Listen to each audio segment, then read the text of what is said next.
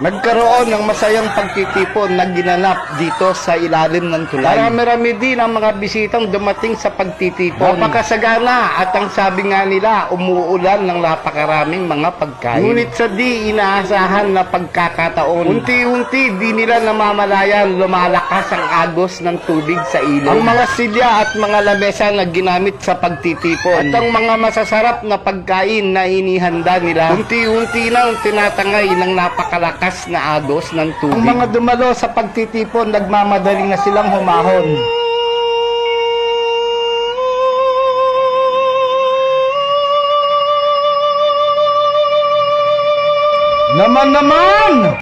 Naman, mini gasoline station sumiklab. Sa ngayon, patuloy na inaalam kung ano ang sanhi at pinagmulan ng pagsiklab ng isang gasoline station. Sakop ng isang barangay sa bayan ng Davao del Norte. Ang ibang mga residente na nakasaksi sa mga pangyayari, agad-agad silang tumawag sa hintilan ng mga bumbero upang maapula kaagad ang pagkalat ng apoy. Naman, sa mga pangyayari, ka na lang kung bakit nakikipaggunahan ng isang rider sa 10-wheeler truck. Bilang rider, pagka minsan sa isang pagkakamali, magiging kwento ka na lamang. Mabuti na lang sa isang segundo nakapagpreno ang driver ng 10-wheeler truck. Magsisilbing aral ang nangyari kay kamuting rider.